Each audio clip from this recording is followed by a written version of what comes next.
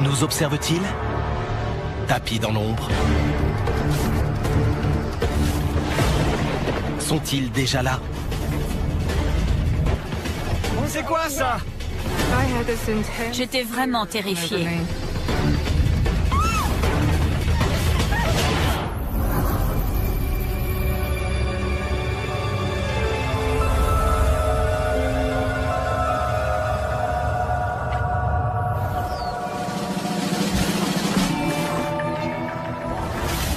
Comté de Bucks, en Pennsylvanie, à quelques kilomètres au nord de Philadelphie. Je suis arrivée ici il y a 6 ans. J'ai 52 ans, je suis mariée depuis 32 ans et j'ai 2 enfants. Le comté de Bucks est très joli. Mais pour Denise Murter, l'endroit n'est pas que synonyme de paix et de tranquillité. C'était en avril 2008. C'est arrivé au milieu de la nuit, vers 1 h du matin. Mon chien, Alex, un Yorkshire, dort dans le lit avec nous. Il s'est assis sur le lit et s'est mis à grogner. Il ne faisait pas ça d'habitude. Qu'est-ce qu'il y a, mon beau? Qu'est-ce que tu as? Il ne voulait pas se coucher ni s'arrêter. Il montrait même les dents. J'ai fini par comprendre que quelque chose n'allait pas. Je vais voir, d'accord? Reste ici.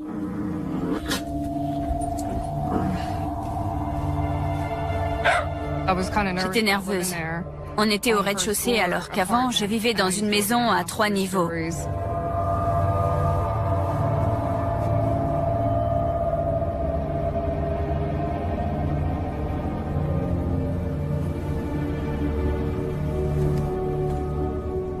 Je regardais partout pour essayer de trouver d'où ça venait, ce qui se passait. Je pensais qu'il y avait peut-être un intrus.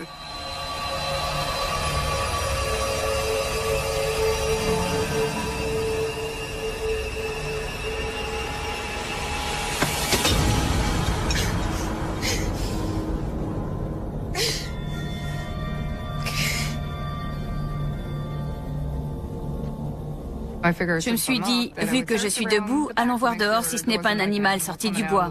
Un cerf peut-être.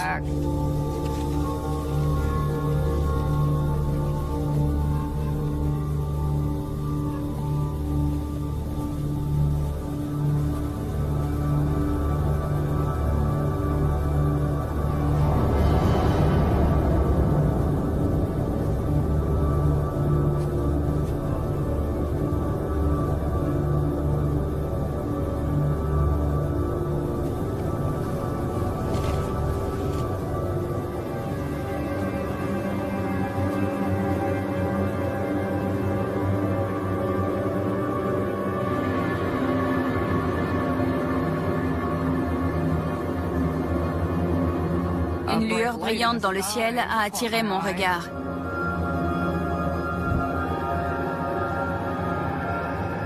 On aurait dit les phares d'une voiture. J'ai attendu de voir bouger l'objet pour bien le discerner. Au début, j'ai vu une forme arrondie. Mes parents sont dans l'aéronautique. Je savais que ce n'était ni un avion ni un hélicoptère. Ce n'était pas comme un avion qui se déplace. Il allait d'un point à un autre, puis il s'arrêtait net. À la façon dont il bougeait, j'avais l'impression que l'objet balayait la zone, comme s'il recherchait quelque chose. J'étais saisie par la peur.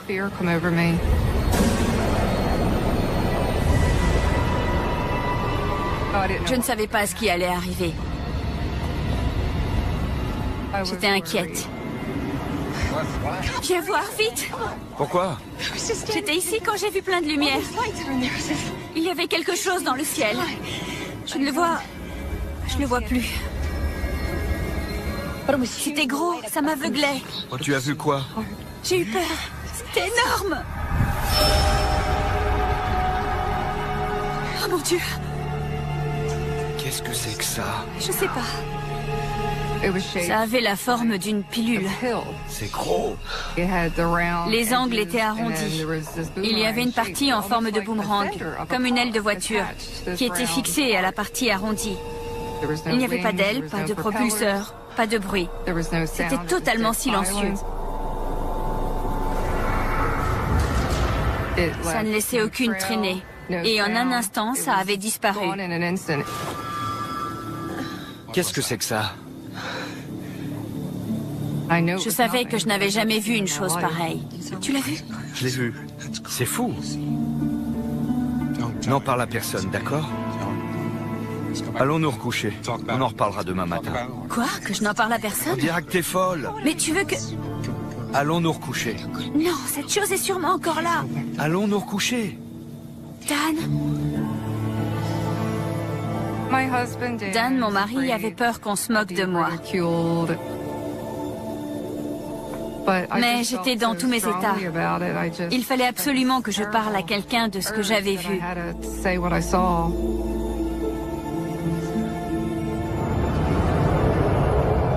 Le lendemain matin, Denise contacte la rédaction du journal local.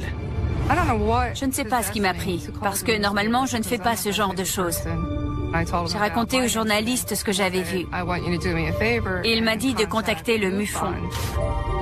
Le Mutual UFO Network, ou MUFON, est une organisation qui enquête sur les signalements d'OVNI dans le monde entier.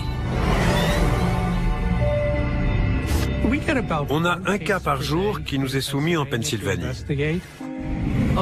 Sur l'ensemble de ces cas, on en élimine environ 80%, car il s'agit d'objets identifiés. Je suis toujours sceptique parce que plein de gens veulent y croire et il y a une différence entre présenter un cas avec des preuves et vouloir qu'un cas soit vrai.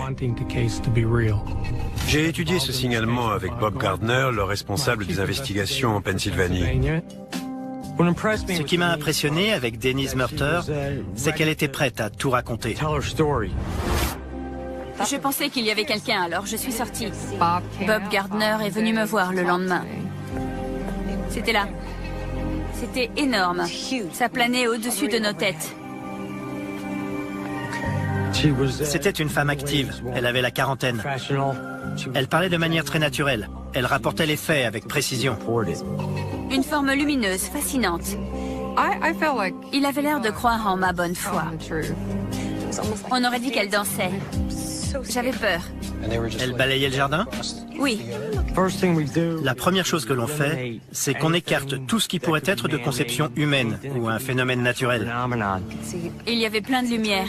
Je ne voyais aucune source de lumière qui pouvait expliquer ça. Je savais dans quelle phase était la Lune à ce moment-là. Donc je savais que ce n'était pas la Lune. Donnez-moi des précisions sur ces lumières. Elles éclairaient toute la zone ou c'était des faisceaux lumineux? Sur toute la pelouse. Il y en avait plein. Quel objet Denise a-t-elle pu voir? L'une des hypothèses qu'on devait examiner était de savoir s'il s'agissait d'un appareil militaire. J'ai repensé aux avions que j'avais connus quand j'étais jeune. J'étais tout le temps à l'aéroport avec mon père. La base aérienne de Walgrove est tout près. Je me suis demandé si ça pouvait être l'une de leurs opérations. Scott Miller suit l'évolution des technologies aéronautiques top secrets que l'on appelle les projets noirs. Il y a eu d'incroyables avancées technologiques dans le domaine des projets noirs. Le budget annuel de l'armée de l'air pour les appareils secrets défense est estimé à plus de 10 milliards de dollars. Le ministère de la Défense et différentes agences ne font pas mystère de leur volonté d'aller plus loin en matière de furtivité. Ils veulent progresser dans le domaine de l'indétectabilité acoustique et électromagnétique. Le but ultime étant, si possible, d'arriver à produire un appareil qui serait invisible. Ça donnerait un avion ayant une forme non conventionnelle et qui pourrait facilement déconcerter toute personne venant à l'observer. Mais l'objet vu par Denise était totalement silencieux. Aucun appareil ne peut se déplacer comme ça sans aucun bruit. On n'est pas capable de créer un engin totalement silencieux. Il faudrait qu'il soit efficace à 100% pour ne produire aucune émission sonore.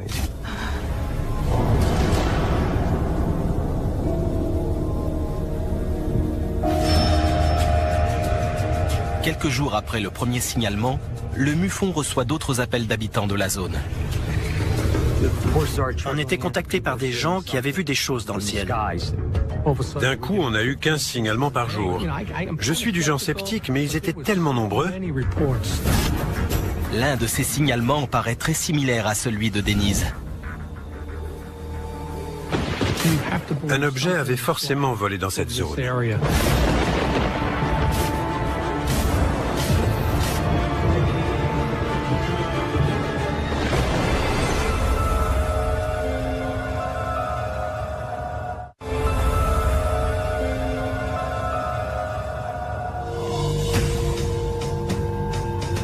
Dans le comté de Bucks, en Pennsylvanie, Denise Murter est convaincue qu'elle a vu un engin planer au-dessus de son jardin. N'en parle à personne. On en reparlera demain matin. Contre l'avis de son mari, elle a contacté le MUFON, qui n'a pu lui fournir aucune piste d'explication sur ce qu'elle a observé. C'était là, c'était énorme. Ça planait au-dessus de nos têtes. L'espace d'une seconde, je me suis demandé si j'avais rêvé. Je me suis dit, on va me prendre pour une folle. Quelques jours après le signalement de Denise Murter, le MUFON reçoit un appel d'un autre habitant du comté de Bucks.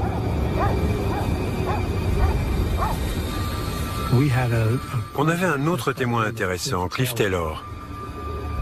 Il dormait quand, vers 4 heures du matin, son chien s'est mis à aboyer, ce qui l'a réveillé.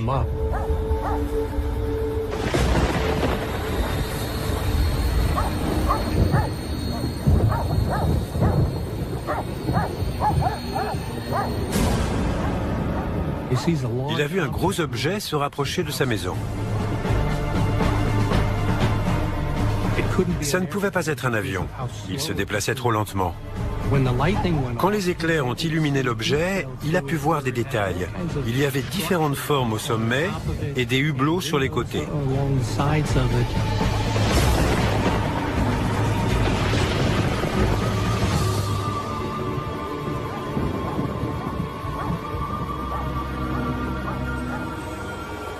J'étais vraiment contente du témoignage de Cliff Taylor. Ça prouvait que je n'inventais rien. On avait des témoignages concordants de gens qui avaient vu le même objet dans la même zone. Avec la multiplication des signalements, je me suis dit qu'il serait judicieux de contacter l'aéroport international de Philadelphie pour savoir s'ils avaient quelque chose dans leurs données radar. Or, il s'est avéré que oui. Ils avaient bien repéré un objet à la même date et dans le même créneau horaire que Cliff Taylor. L'objet n'avait aucun code de transpondeur. Il y a normalement un code de transpondeur associé à tous les appareils qui volent dans une zone déterminée. Comme cet objet n'en avait pas, on ne pouvait pas le déterminer comme autre chose qu'un objet volant non identifié. Mais cet objet venait-il d'une autre planète ? Ma première réaction est le scepticisme, jusqu'à ce que je dispose d'éléments suffisants pour procéder à des investigations.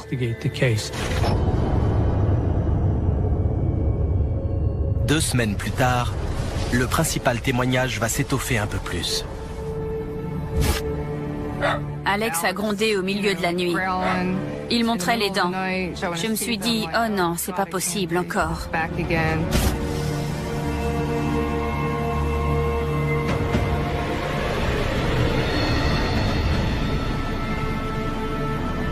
J'ai vu plein de lumière. Je voyais aussi des espèces de petits hublots sur l'engin. Il fallait absolument que j'obtienne une preuve de ce que j'avais vu. Généralement, je laisse mon appareil photo près de la porte.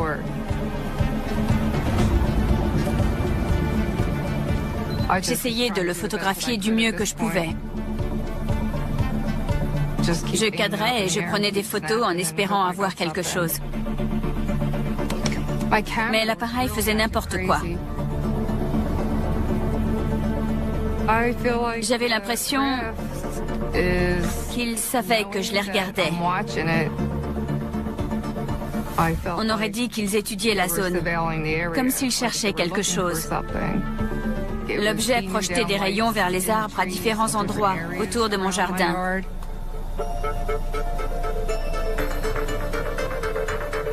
Je commençais à m'inquiéter pour ma sécurité. Je me demandais s'il voulait m'enlever.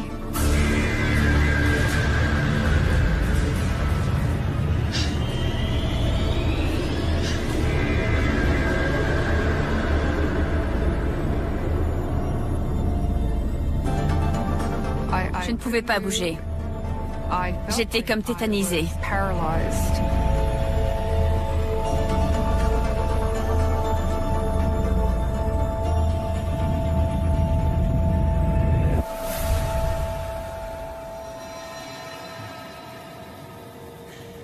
Je ne sais pas combien de temps je suis restée là comme ça. J'ai prié pour que ce soit la dernière apparition. Je n'aurais pas tenu le choc une nouvelle fois.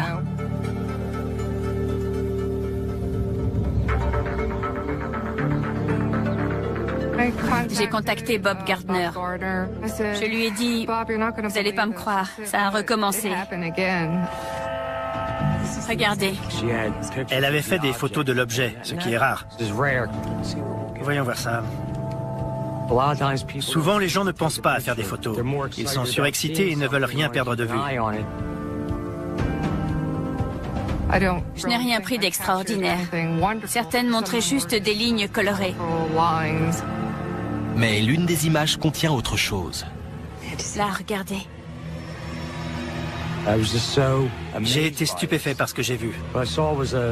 Un alignement de lumière en forme de boomerang. On voyait que c'était le contour d'un objet physique. Ça ne pouvait pas être un groupe d'étoiles, ou la Lune, ou un autre alignement. Ça donnait plus de poids à nos investigations, à l'idée qu'on pouvait effectivement être en présence d'un ovni.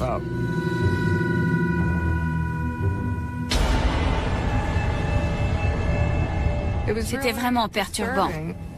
Le cerveau marche à toute allure quand on voit quelque chose et qu'on ne sait pas ce que c'est. J'ai eu beaucoup de mal à dormir.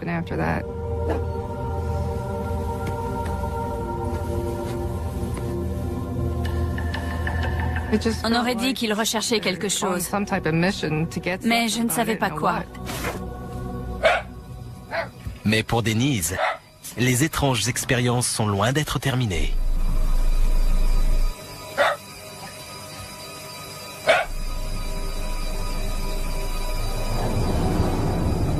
Cette fois, c'était encore plus près de la maison.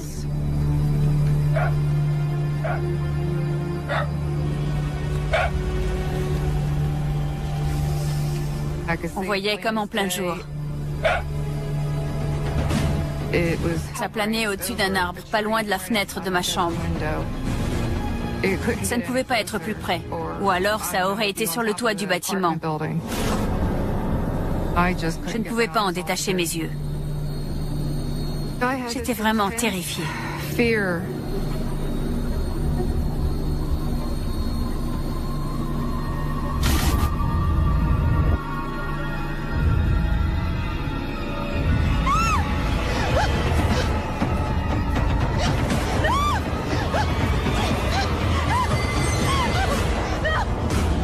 J'ai vraiment cru que ma vie était en danger.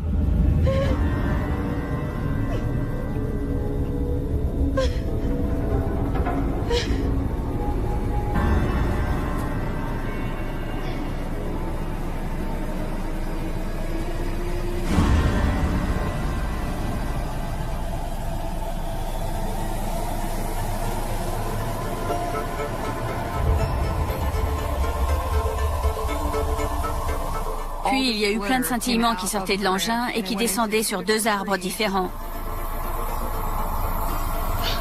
On aurait dit des illuminations de Noël. J'ai fermé les yeux et je les ai rouverts. Je me suis demandé si je rêvais.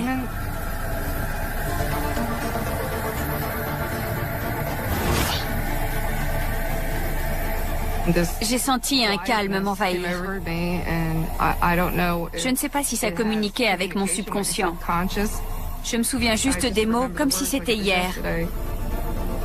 Ça disait « Ne vous inquiétez pas, je ne vous veux aucun mal ».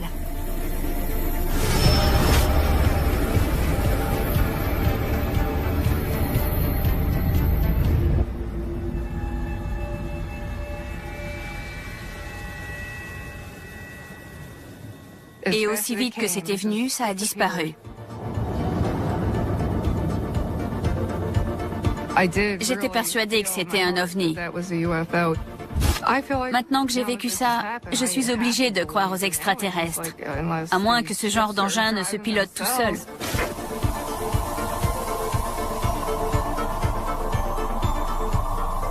Si ce que Denise a vu est un vaisseau extraterrestre, d'où vient-il? La vie est-elle possible en dehors de la Terre? Daniel Batchelder recherche des planètes susceptibles d'abriter des formes de vie au-delà du système solaire. Pour le moment, le seul endroit où l'on a trouvé de la vie dans l'univers, c'est évidemment la Terre, qui est une planète. Si l'on doit trouver des traces de vie ailleurs, ce sera donc nécessairement sur une planète. Le nombre de planètes qu'on découvre en dehors du système solaire s'accroît tous les jours. Ceci augmente les chances de vie ailleurs dans l'univers. Mais un vaisseau spatial extraterrestre pourrait-il parcourir la distance séparant une planète lointaine de notre Terre? Pour envoyer un objet d'aussi loin, le facteur essentiel est la propulsion. On sait que pour les voyages interstellaires, nos technologies actuelles doivent un peu évoluer. Mais l'homme pourrait être en mesure de visiter d'autres planètes d'ici une centaine d'années environ. Donc, l'idée qu'il existerait d'autres êtres dans l'univers peut-être plus évolués que nous, disposant de technologies plus avancées et qui visiteraient la Terre, ne peut être écartée immédiatement.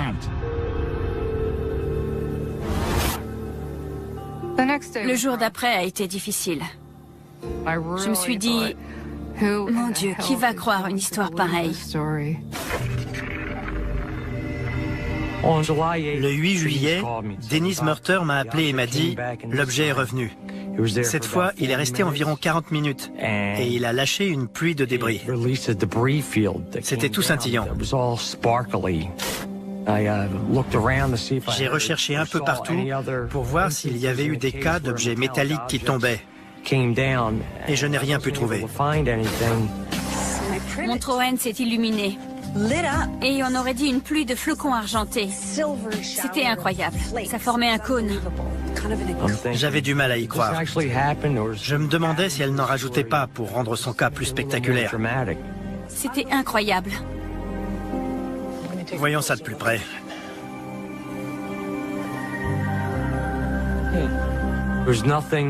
Il n'y avait rien de visible physiquement sur l'arbre. En le regardant, on ne pouvait pas dire qu'il avait été touché. C'est bizarre, je ne vois aucune marque.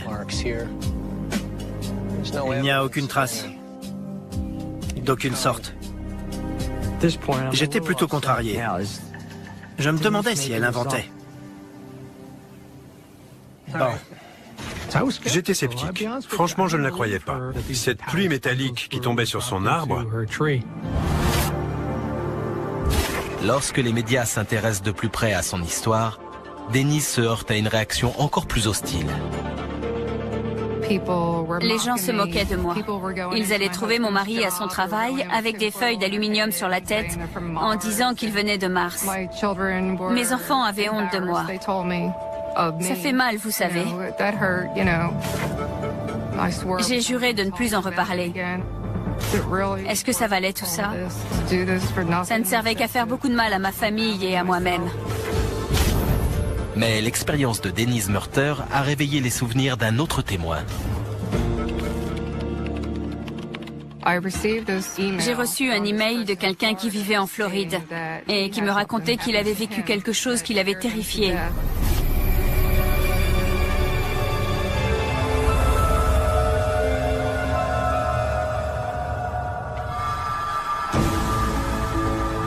Ayant vu un étrange engin planer au-dessus de son jardin pour la 3e fois, Denise Murter est maintenant bouleversée par ces expériences troublantes.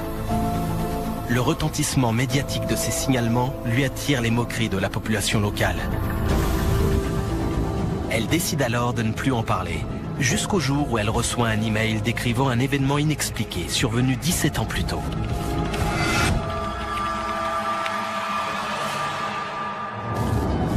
Je m'appelle Jared Lee. Je suis étudiant en 3e cycle à l'Université de Floride et ingénieur en aérospatiale. J'avais 13 ans à l'époque. Je vivais à Havana, en Floride. Mes parents travaillaient tous deux pour l'État de Floride. C'était un coin isolé. On était allé en ville à Tallahassee pour prendre une pizza. On est rentré vers 22 heures.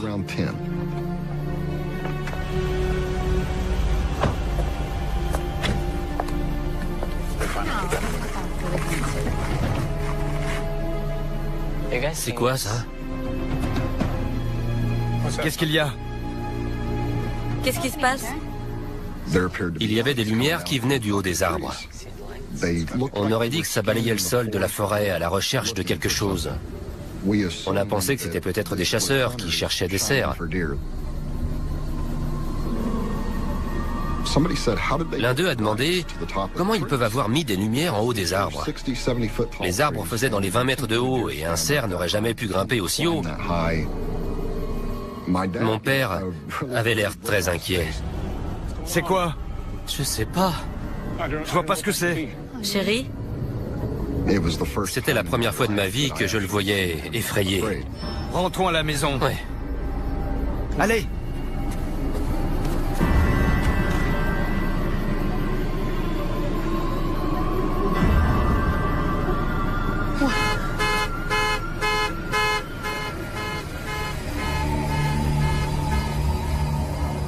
Tout à coup, à gauche, j'ai vu une grande boule de lumière rouge, d'au moins 1,50 m de diamètre.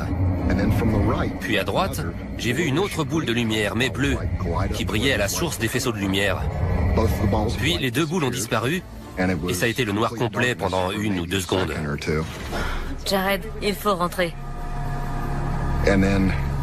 Ensuite, un énorme faisceau de lumière scintillant de couleur blanc doré a fendu les branchages et frappé le sol de la forêt. Toute la forêt a été illuminée. On voyait des particules scintiller partout.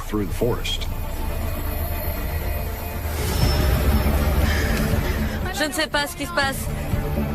Tout en haut des lumières, on distinguait l'engin en entier. La taille de l'objet était incroyable. C'est quoi? Je dirais que le phénomène a duré 10 à 15 minutes en tout. Mon Dieu! Ça ne faisait aucun bruit. Ça ne bougeait pas. Et puis tout s'est éteint. C'était parti.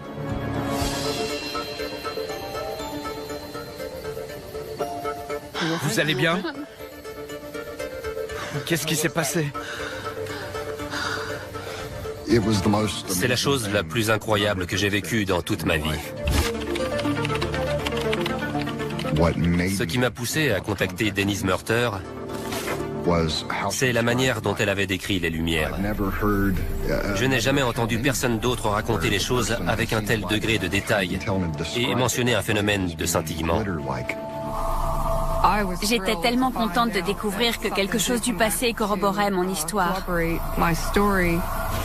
Pour lui, ce que je décrivais était la même chose que ce qu'il avait connu.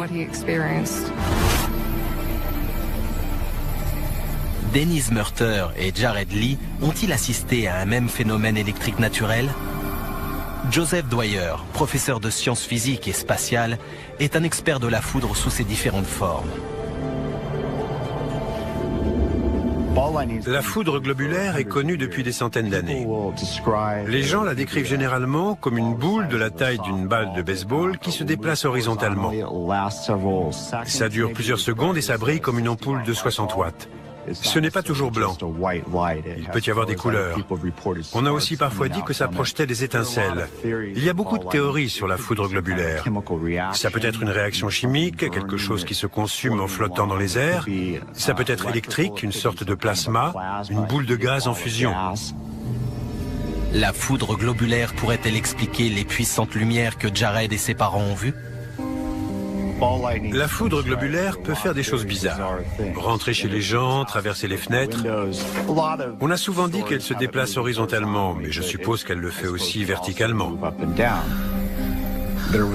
Il est totalement impossible de confondre ce type de phénomène avec ce que ma famille et moi, on a vu il y a des années. Si la foudre globulaire ne peut expliquer ce que Denise et Jared ont vu, les lumières pourraient-elles être liées à un phénomène météorologique rare? Un feu de Saint-Elme résulte d'une décharge électrique coronale dans une atmosphère chargée électriquement.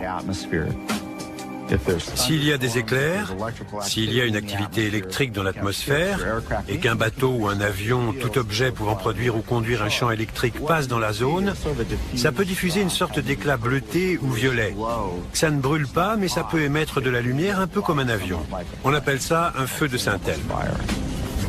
Jared Lee a-t-il vu les effets d'un feu de Saint-Elme sur un avion passant à travers un orage?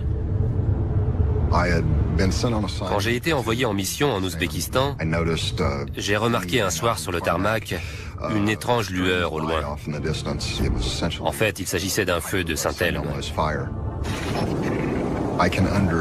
Je comprends que quelqu'un qui n'a jamais vu ce que j'ai vu puisse prendre un feu de Saint-Elme pour quelque chose qui n'est pas de ce monde. Mais, en fait, ça n'avait strictement rien à voir. Ce n'est pas ce qu'on a vu. Absolument pas. Informés de l'expérience de Jared Lee, les enquêteurs du MUFON réexaminent le cas de Denise Murter. On avait un témoin qui ne connaissait pas Denise Murter et qui la contactait pour dire qu'il avait vu la même chose. Ça ajoutait beaucoup de crédibilité à son histoire. Ce n'était plus un cas unique. Une nouvelle possibilité vertigineuse s'ouvre alors. Une rencontre rapprochée du deuxième type est une situation où il y a des preuves qui restent.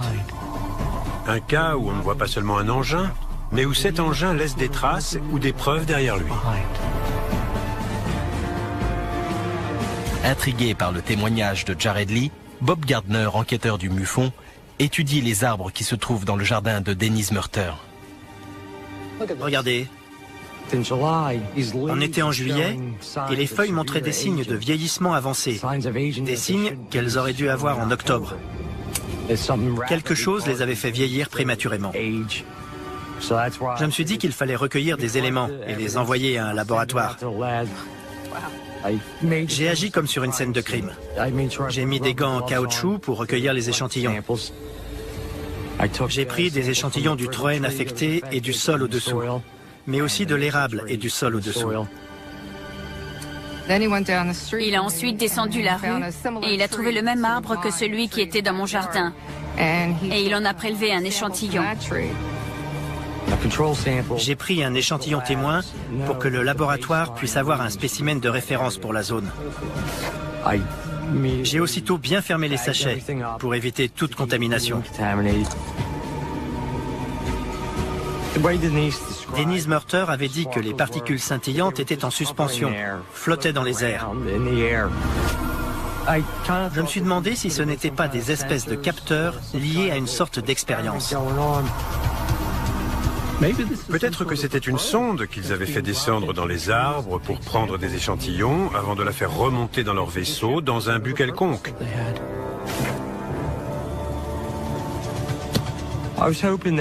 J'espérais qu'en envoyant les échantillons au labo, on aurait des réponses.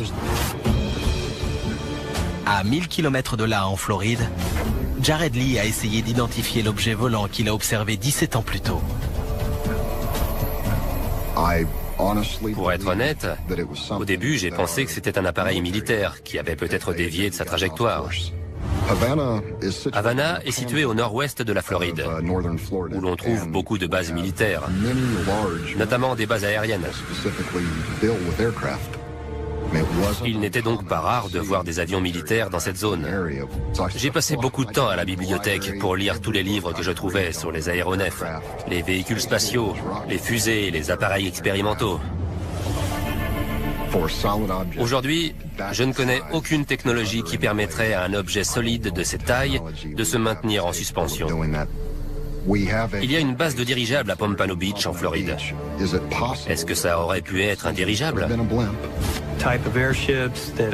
Le type d'aéronef qui a pu être vu et classé comme un objet volant non identifié correspond probablement à un véhicule hybride entre un avion et un dirigeable tel que nous les connaissons. Il pourrait avoir une structure portante de forme deltoïde ou bien une forme générale d'aile. Un aéronef de ce type pourrait facilement être perçu comme immobile ou se déplaçant à très faible vitesse. Vu le système de propulsion nécessaire, il pourrait aussi avoir une grande capacité d'accélération. Mais cette technologie aéronautique avancée n'existe qu'à l'état d'avant-projet. J'ai compris que ce qu'on avait vu ne pouvait pas être un dirigeable militaire. Au cours de ses recherches à l'université de Floride, Jared Lee a exploré d'autres pistes possibles. Il y avait un professeur qui faisait des recherches sur ce qu'on appelait le WEAV, pour véhicule aérien électromagnétique sans ailes. C'était un mode de propulsion innovant qui devait révolutionner l'industrie aérospatiale. J'ai approché ce chercheur, M. Roy, et je lui ai demandé si je pouvais rejoindre son équipe. Je pensais qu'il y avait peut-être un lien entre ses travaux en cours et l'engin qu'on avait vu au début des années 1990. Après avoir travaillé avec lui, j'ai réalisé que c'était une erreur. Nous ne sommes pas en mesure de créer quelque chose de comparable à ce que j'ai vu cette nuit-là. Ce que j'ai vu n'était pas un objet qui avait été conçu, Mon Dieu, par nous, êtres humains, sur cette planète. Il était issu... Il venait d'ailleurs. Denise Murter était la seule personne que je connaissais qui avait vu la même chose que moi. je me suis sentie liée à lui. On était tellement contents de pouvoir en parler à quelqu'un qui avait vécu la même expérience. Il savait du coup qu'il n'était pas fou, et moi pareil. Ça a relancé mon envie de trouver une réponse. Quand j'ai appris que le MUFON enquêtait sur ce cas et qu'ils avaient pris des échantillons de l'arbre, ça m'a donné envie de retourner à l'endroit où ça s'était passé bien des années avant et de le réexaminer.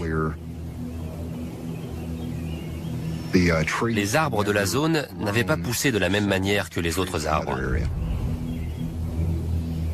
Il y avait un cercle quasi parfait d'arbres qui était décoloré,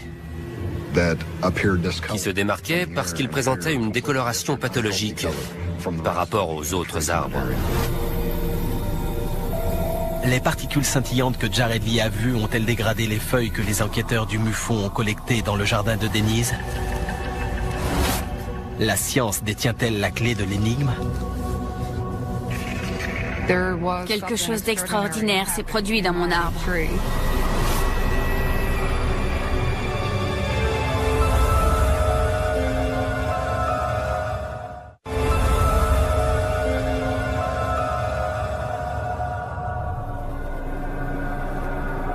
Dans le comté de Bucks, en Pennsylvanie, durant l'été 2008, Denise Murter a vu un engin mystérieux émettre une pluie de particules scintillantes sur son jardin.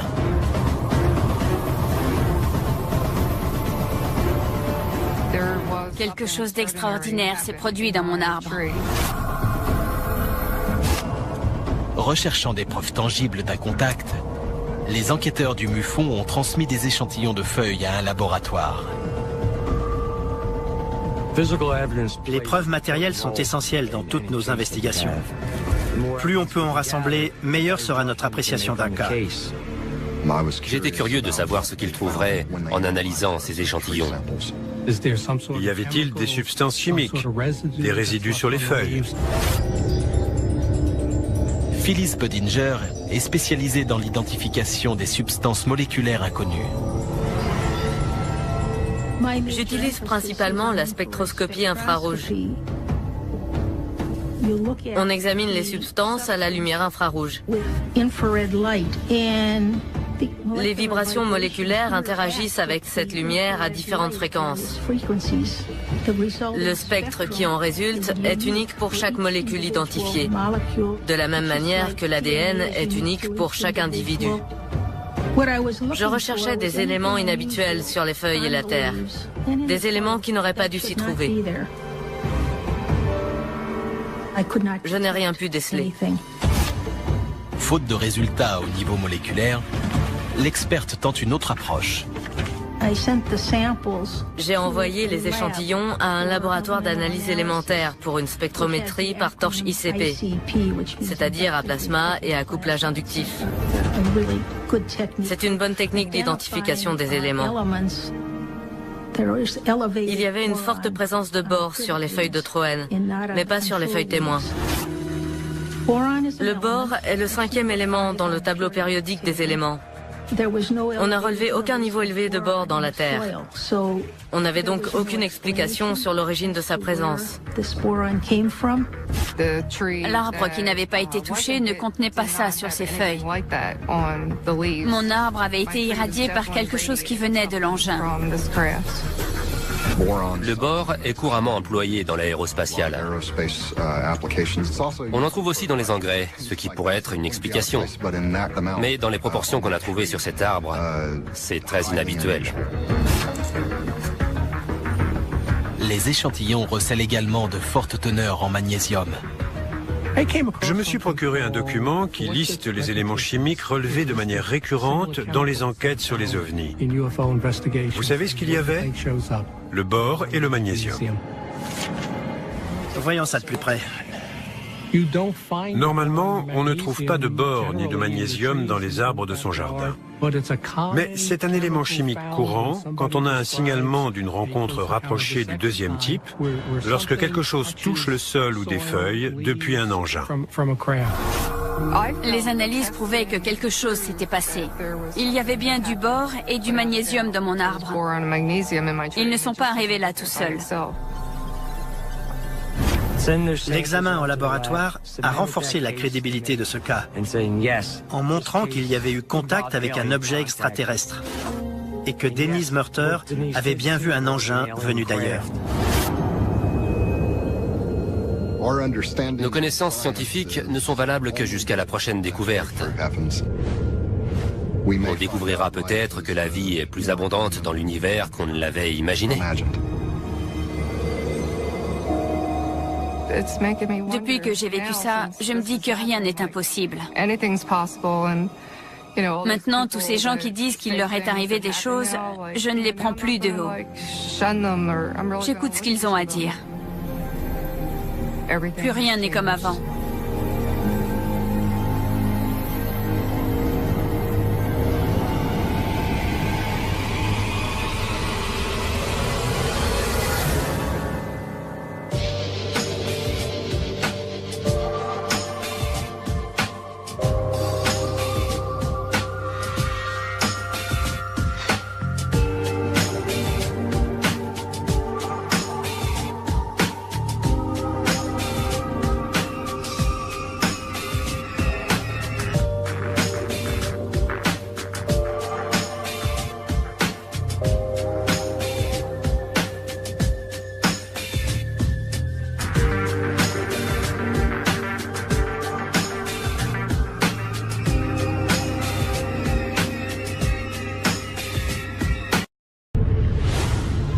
À travers les dimensions du temps et de l'espace, grâce à des technologies qui dépassent notre entendement. Nous observe-t-il? Tapis dans l'ombre? Sont-ils déjà là? C'est quoi ça? J'étais vraiment terrifiée.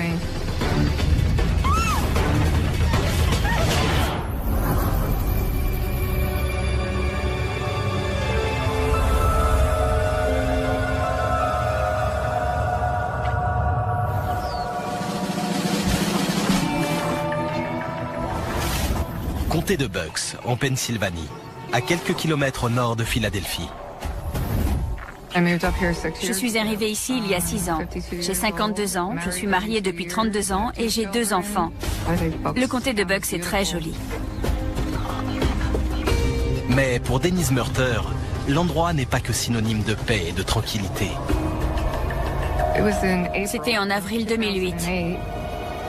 C'est arrivé au milieu de la nuit, vers 1h du matin. Mon chien, Alex, un Yorkshire, dort dans le lit avec nous. Il s'est assis sur le lit et s'est mis à grogner.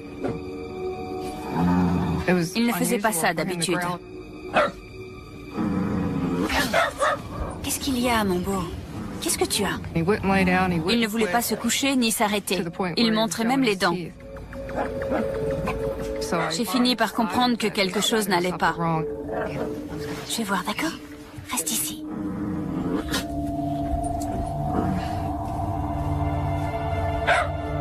J'étais nerveuse. On était au rez-de-chaussée alors qu'avant, je vivais dans une maison à 3 niveaux.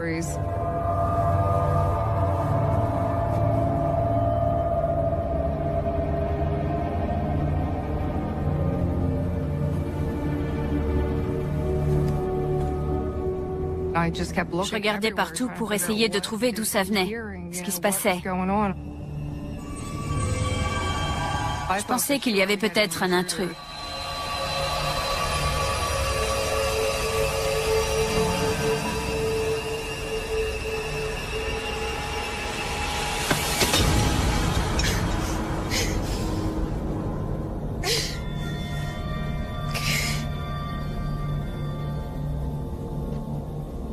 Je me suis dit, vu que je suis debout, allons voir dehors si ce n'est pas un animal sorti du bois. Un cerf peut-être.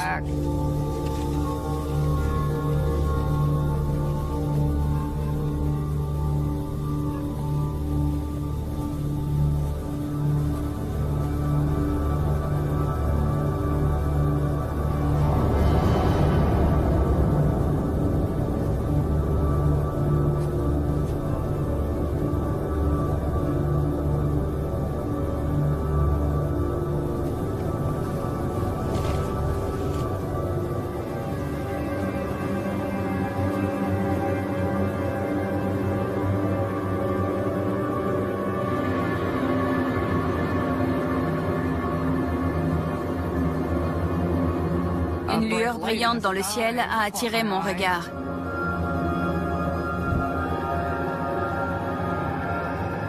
On aurait dit les phares d'une voiture. J'ai attendu de voir bouger l'objet pour bien le discerner. Au début, j'ai vu une forme arrondie. Mes parents sont dans l'aéronautique. Je savais que ce n'était ni un avion ni un hélicoptère. Ce n'était pas comme un avion qui se déplace. Il allait d'un point à un autre, puis il s'arrêtait net. À la façon dont il bougeait, j'avais l'impression que l'objet balayait la zone, comme s'il recherchait quelque chose. J'étais saisie par la peur.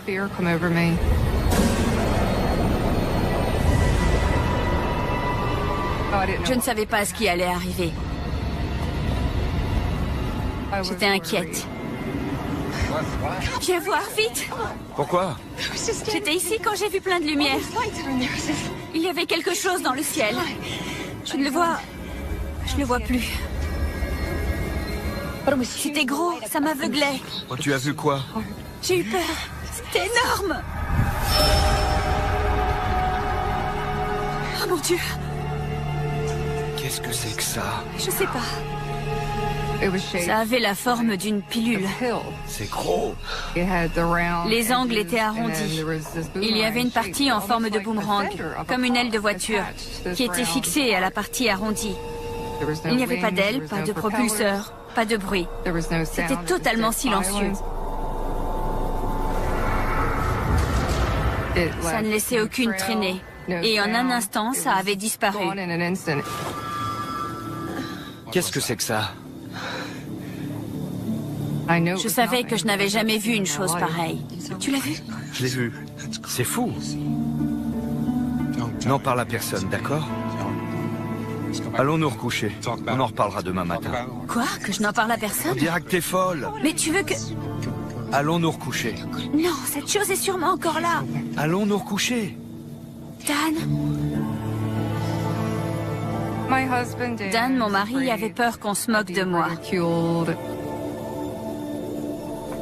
Mais j'étais dans tous mes états. Il fallait absolument que je parle à quelqu'un de ce que j'avais vu.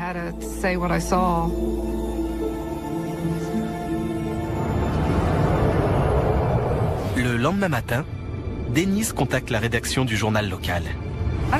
Je ne sais pas ce qui m'a pris, parce que normalement je ne fais pas ce genre de choses. J'ai raconté au journaliste ce que j'avais vu. Et il m'a dit de contacter le MUFON. Le Mutual UFO Network, ou MUFON, est une organisation qui enquête sur les signalements d'OVNI dans le monde entier. On a un cas par jour qui nous est soumis en Pennsylvanie. Sur l'ensemble de ces cas, on en élimine environ 80%, car il s'agit d'objets identifiés. Je suis toujours sceptique parce que plein de gens veulent y croire, et il y a une différence entre présenter un cas avec des preuves et vouloir qu'un cas soit vrai. J'ai étudié ce signalement avec Bob Gardner, le responsable des investigations en Pennsylvanie. Ce qui m'a impressionné avec Denise Murter, c'est qu'elle était prête à tout raconter.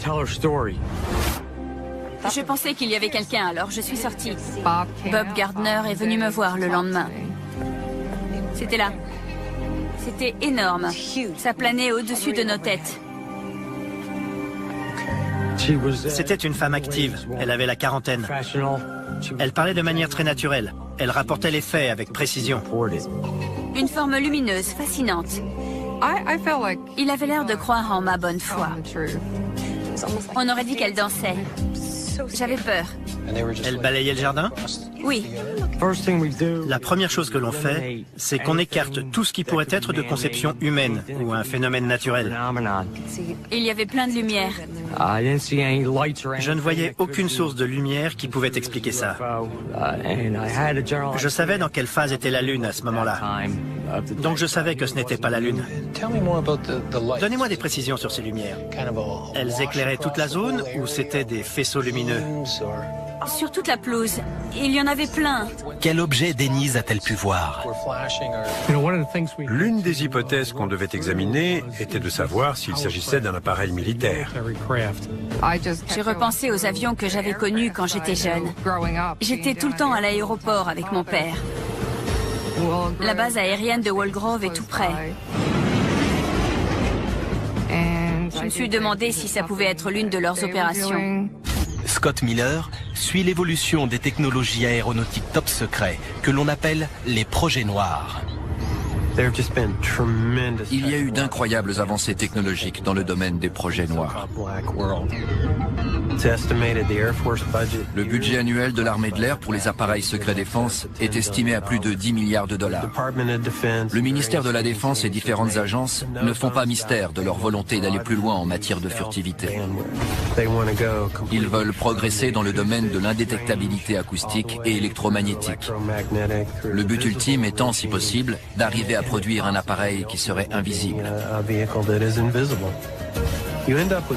Ça donnerait un avion ayant une forme non conventionnelle et qui pourrait facilement déconcerter toute personne venant à l'observer. Mais l'objet vu par Denise était totalement silencieux. Aucun appareil ne peut se déplacer comme ça sans aucun bruit. On n'est pas capable de créer un engin totalement silencieux. Il faudrait qu'il soit efficace à 100% pour ne produire aucune émission sonore.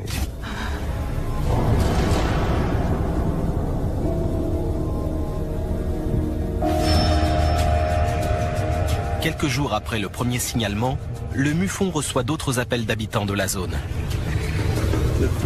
On était contacté par des gens qui avaient vu des choses dans le ciel. D'un coup, on a eu 15 signalements par jour. Je suis du genre sceptique, mais ils étaient tellement nombreux.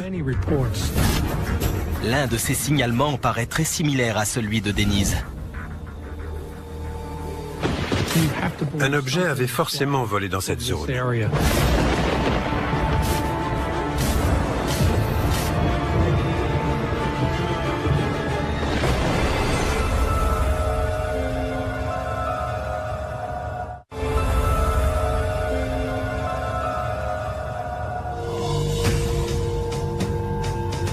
Dans le comté de Bucks, en Pennsylvanie, Denise Murter est convaincue qu'elle a vu un engin planer au-dessus de son jardin. J'en parle à personne. On en reparlera demain matin. Contre l'avis de son mari, elle a contacté le MUFON, qui n'a pu lui fournir aucune piste d'explication sur ce qu'elle a observé. C'était là, c'était énorme. Ça planait au-dessus de nos têtes. L'espace d'une seconde, je me suis demandé si j'avais rêvé. Je me suis dit, on va me prendre pour une folle. Quelques jours après le signalement de Denise Murter, le MUFON reçoit un appel d'un autre habitant du comté de Bucks.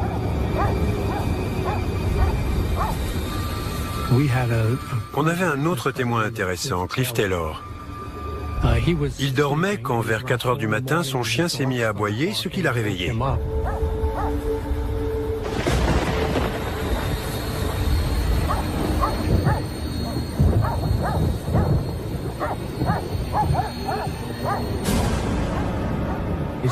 Il a vu un gros objet se rapprocher de sa maison. Ça ne pouvait pas être un avion. Il se déplaçait trop lentement. Quand les éclairs ont illuminé l'objet, il a pu voir des détails. Il y avait différentes formes au sommet et des hublots sur les côtés.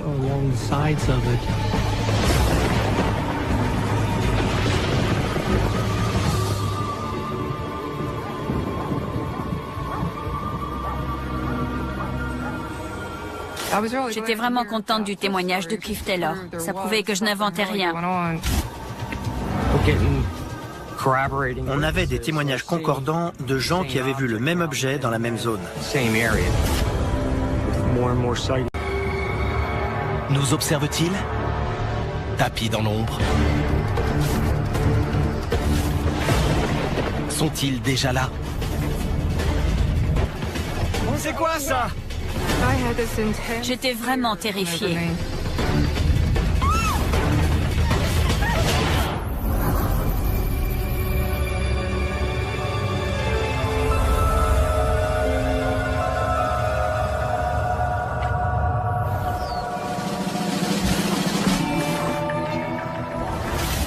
Comté de Bucks, en Pennsylvanie, à quelques kilomètres au nord de Philadelphie. Je suis arrivée ici il y a 6 ans. J'ai 52 ans, je suis mariée depuis 32 ans et j'ai 2 enfants. Le comté de Bucks est très joli. Mais pour Denise Murter, l'endroit n'est pas que synonyme de paix et de tranquillité. C'était en avril 2008. C'est arrivé au milieu de la nuit, vers 1h du matin.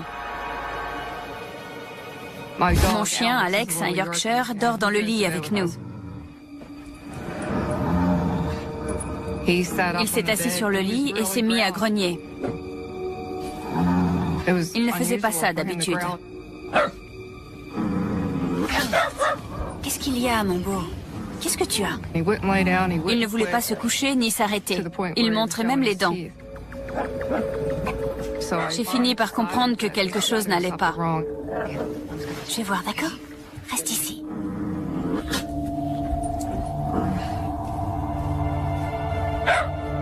J'étais nerveuse. On était au rez-de-chaussée alors qu'avant, je vivais dans une maison à 3 niveaux.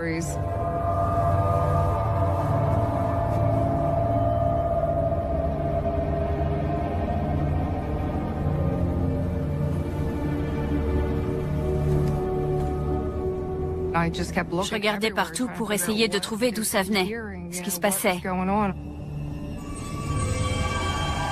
pensais qu'il y avait peut-être un intrus.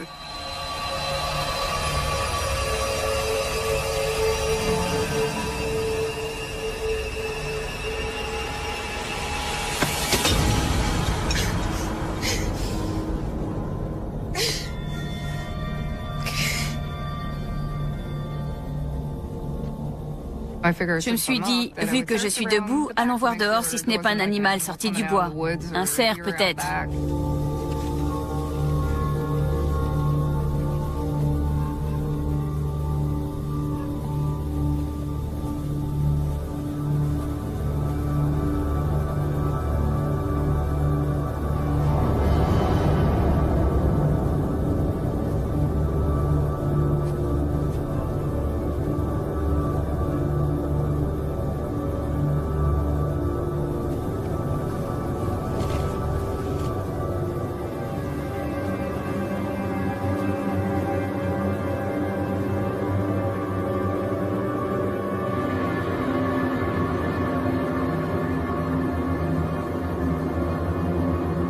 Une lueur brillante dans le ciel a attiré mon regard.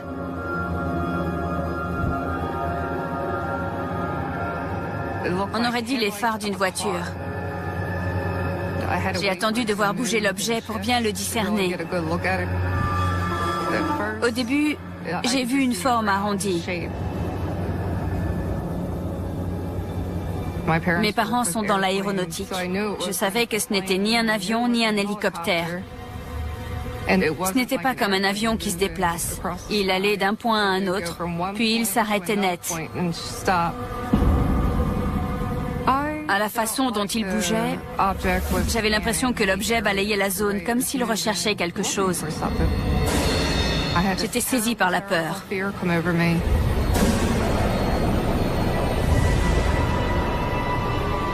Je ne savais pas ce qui allait arriver. J'étais inquiète. Viens voir, vite! Pourquoi? J'étais ici quand j'ai vu plein de lumière. Il y avait quelque chose dans le ciel. Je ne le vois... Je ne le vois plus. C'était gros, ça m'aveuglait. Oh, tu as vu quoi? J'ai eu peur. C'était énorme! Oh mon Dieu! Qu'est-ce que c'est que ça? Je sais pas. Ça avait la forme d'une pilule. C'est gros. Les angles étaient arrondis. Il y avait une partie en forme de boomerang, comme une aile de voiture, qui était fixée à la partie arrondie. Il n'y avait pas d'aile, pas de propulseur, pas de bruit. C'était totalement silencieux. Ça ne laissait aucune traînée. Et en un instant, ça avait disparu. Qu'est-ce que c'est que ça? Je savais que je n'avais jamais vu une chose pareille. Tu l'as vu? Je l'ai vu. C'est fou. N'en parle à personne, d'accord? Allons nous recoucher. On en reparlera demain matin. Quoi? Que je n'en parle à On personne? dira que t'es folle. Mais tu veux que... Allons nous recoucher. Non, cette chose est sûrement encore là. Allons nous recoucher. Dan? Dan, mon mari, avait peur qu'on se moque de moi.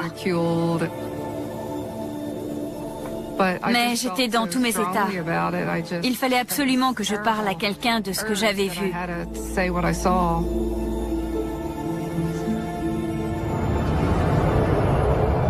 Le lendemain matin, Denise contacte la rédaction du journal local. Je ne sais pas ce qui m'a pris, parce que normalement je ne fais pas ce genre de choses. J'ai raconté au journaliste ce que j'avais vu. Et il m'a dit de contacter le MUFON. Le Mutual UFO Network, ou MUFON, est une organisation qui enquête sur les signalements d'OVNI dans le monde entier. On a un cas par jour qui nous est soumis en Pennsylvanie. Sur l'ensemble de ces cas, on en élimine environ 80%, car il s'agit d'objets identifiés. Je suis toujours sceptique parce que plein de gens veulent y croire, et il y a une différence entre présenter un cas avec des preuves et vouloir qu'un cas soit vrai. J'ai étudié ce signalement avec Bob Gardner, le responsable des investigations en Pennsylvanie. Ce qui m'a impressionné avec Denise Murter, c'est qu'elle était prête à tout raconter. Je pensais qu'il y avait quelqu'un, alors je suis sortie. Bob Gardner est venu me voir le lendemain. C'était là. C'était énorme. Ça planait au-dessus de nos têtes. C'était une femme active. Elle avait la quarantaine. Elle parlait de manière très naturelle. Elle rapportait les faits avec précision. Une forme lumineuse, fascinante. Il avait l'air de croire en ma bonne foi. On aurait dit qu'elle dansait. J'avais peur. Elle balayait le jardin? Oui. La première chose que l'on fait, c'est qu'on écarte tout ce qui pourrait être de conception humaine ou un phénomène naturel. Il y avait plein de lumière. Je ne voyais aucune source de lumière qui pouvait expliquer ça. Je savais dans quelle phase était la Lune à ce moment-là. Donc je savais que ce n'était pas la Lune. Donnez-moi des précisions sur ces lumières.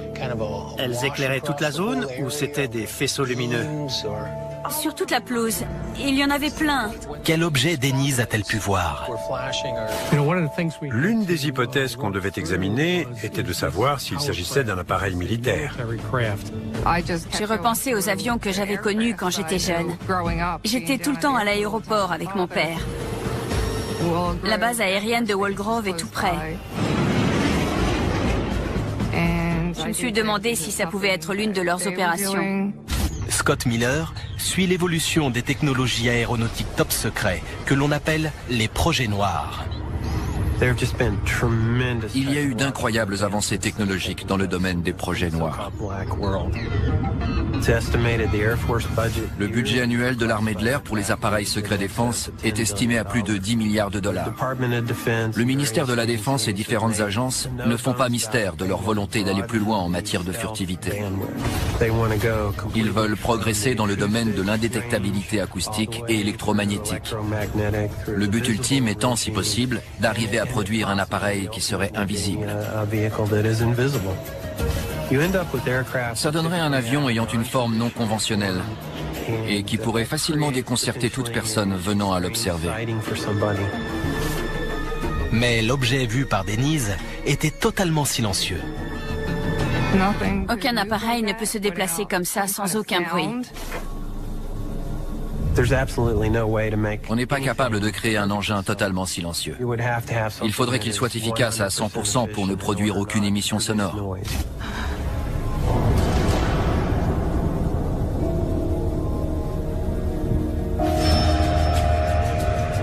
Quelques jours après le premier signalement, le MUFON reçoit d'autres appels d'habitants de la zone. On était contacté par des gens qui avaient vu des choses dans le ciel. D'un coup, on a eu 15 signalements par jour. Je suis du genre sceptique, mais ils étaient tellement nombreux. L'un de ces signalements paraît très similaire à celui de Denise. Un objet avait forcément volé dans cette zone.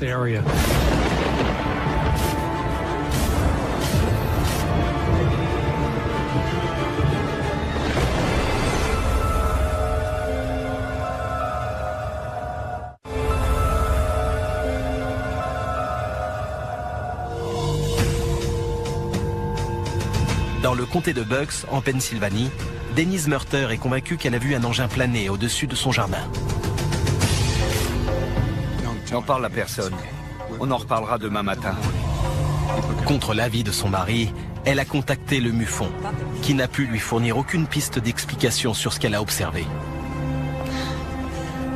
C'était là, c'était énorme. Ça planait au-dessus de nos têtes. L'espace d'une seconde, je me suis demandé si j'avais rêvé. Je me suis dit, on va me prendre pour une folle. Quelques jours après le signalement de Denise Murter, le MUFON reçoit un appel d'un autre habitant du comté de Bucks.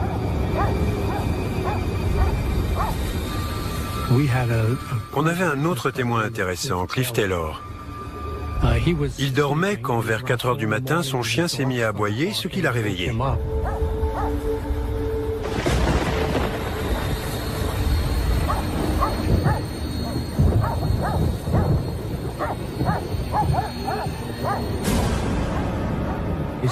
Il a vu un gros objet se rapprocher de sa maison.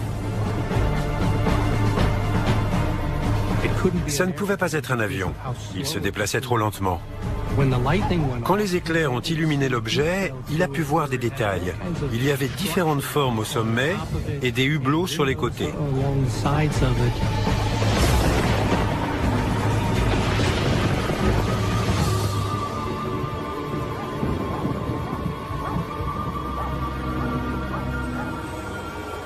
J'étais vraiment contente du témoignage de Cliff Taylor. Ça prouvait que je n'inventais rien. On avait des témoignages concordants de gens qui avaient vu le même objet dans la même zone. Avec la multiplication des signalements, je me suis dit qu'il serait judicieux de contacter l'aéroport international de Philadelphie pour savoir s'ils avaient quelque chose dans leurs données radar. Or, il s'est avéré que oui. Ils avaient bien repéré un objet à la même date et dans le même créneau horaire que Cliff Taylor. L'objet n'avait aucun code de transpondeur. Il y a normalement un code de transpondeur associé à tous les appareils qui volent dans une zone déterminée. Comme cet objet n'en avait pas, on ne pouvait pas le déterminer comme autre chose qu'un objet volant non identifié. Mais cet objet venait-il d'une autre planète ? Ma première réaction est le scepticisme, jusqu'à ce que je dispose d'éléments suffisants pour procéder à des investigations.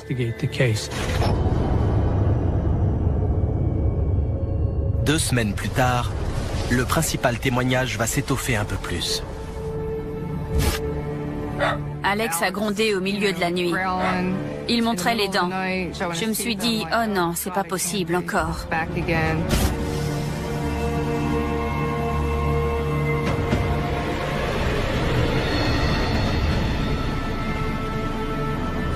J'ai vu plein de lumière. Je voyais aussi des espèces de petits hublots sur l'engin. Il fallait absolument que j'obtienne une preuve de ce que j'avais vu. Généralement, je laisse mon appareil photo près de la porte.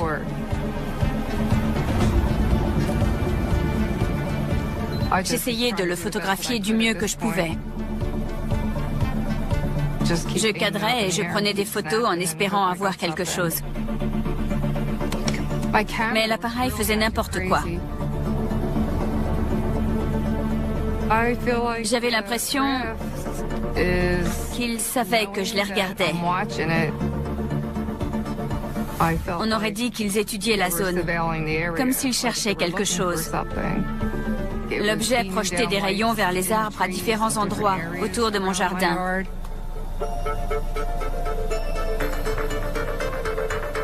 Je commençais à m'inquiéter pour ma sécurité. Je me demandais s'ils voulaient m'enlever.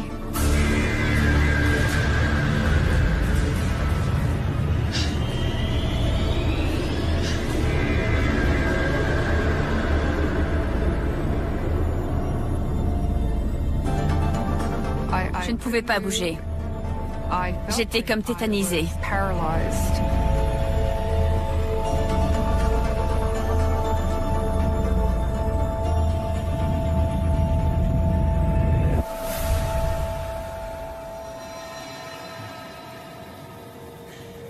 Je ne sais pas combien de temps je suis restée là comme ça. J'ai prié pour que ce soit la dernière apparition. Je n'aurais pas tenu le choc une nouvelle fois.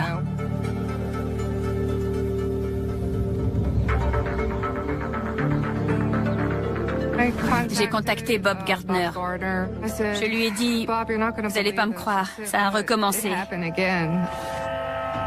Regardez. Elle avait fait des photos de l'objet, ce qui est rare. Voyons voir ça.